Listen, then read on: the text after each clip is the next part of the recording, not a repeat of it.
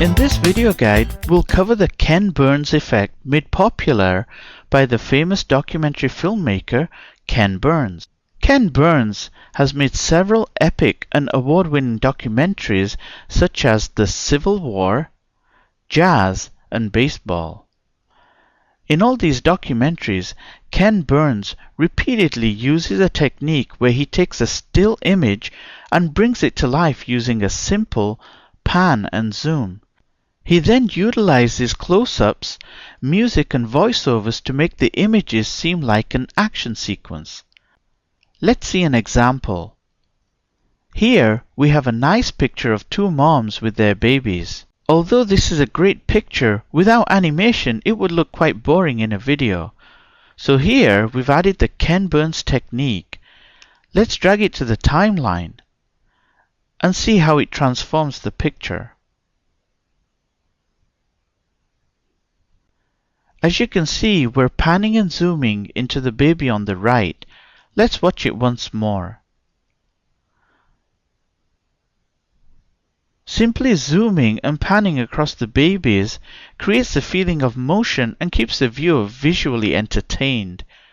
Panning from the first baby to the other also gives the narrator an opportunity to tell a story.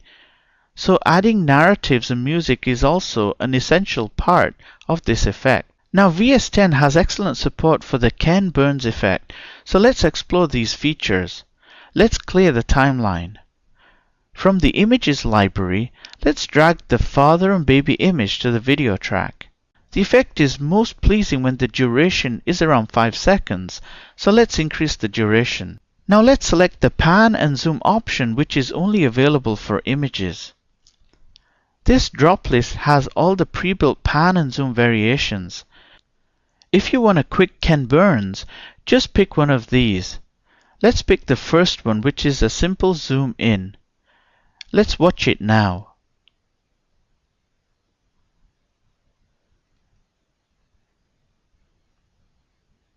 That's not bad for a start. Now let's try the opposite effect and preview it.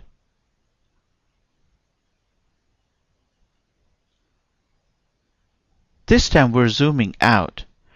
Next, we'll try to pan to the left.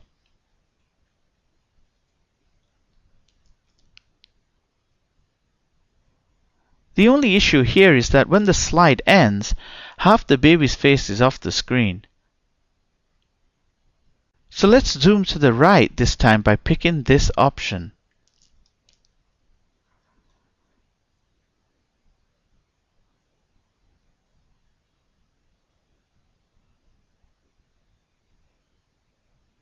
Now that's much better.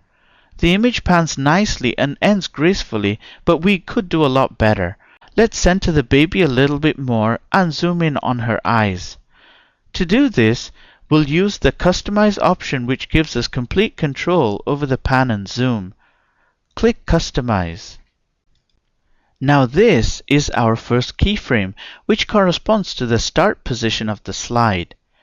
And this is the last keyframe, which marks the end position of the pan and zoom. All these options you see here are to control the pan and zoom. You can turn on the grid lines for precise placement, but we won't use it right now. And these are all anchor points which places your subject at preset locations. You can also play with the transparency option and the background color, but that's not part of the Ken Burns effect, so we don't need to worry about this right now. Okay, so what we want to do is center the baby on the last keyframe. So select the last keyframe. Now watch the preview screen. We'll move the red crosshairs around till the baby's face is in the middle of the screen.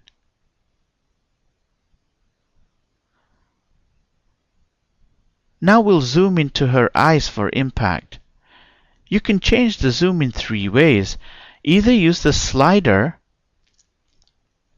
or drag these yellow handles,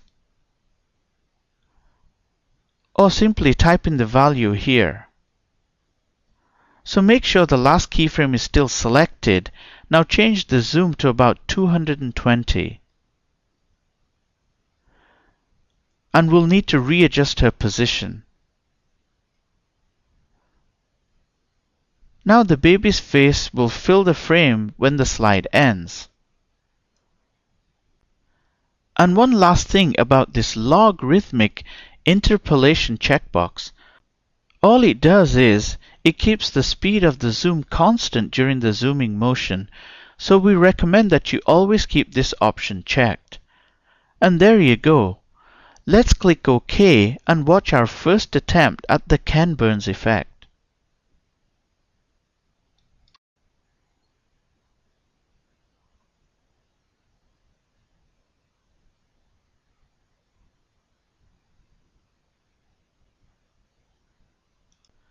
This time, we've combined both the pan and the zoom, and you'll agree that the effect is visually entertaining.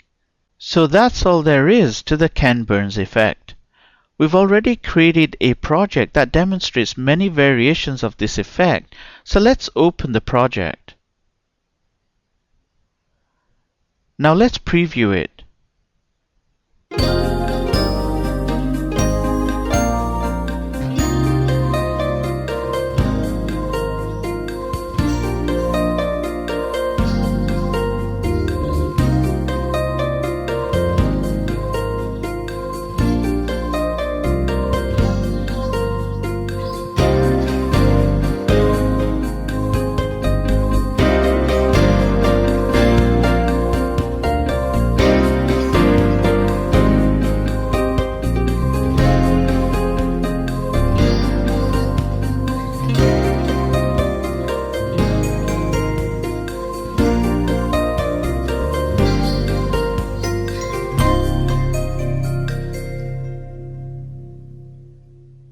So you'll agree that a few Ken Burns variations with a little music can really enhance your slideshows.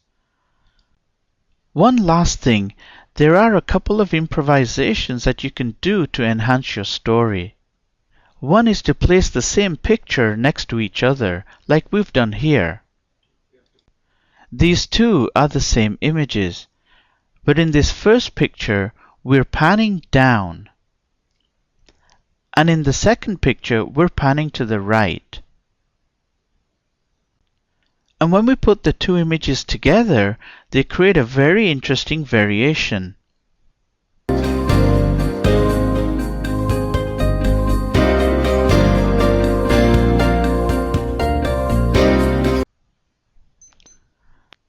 Another thing can be to put a slideshow in between two video clips.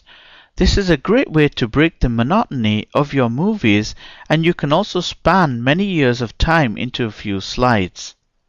So the next time you create a slideshow, remember the famous Ken Burns effect and VS10's pre-built pan and zooms, and your movies will be greatly improved. So go give it a shot.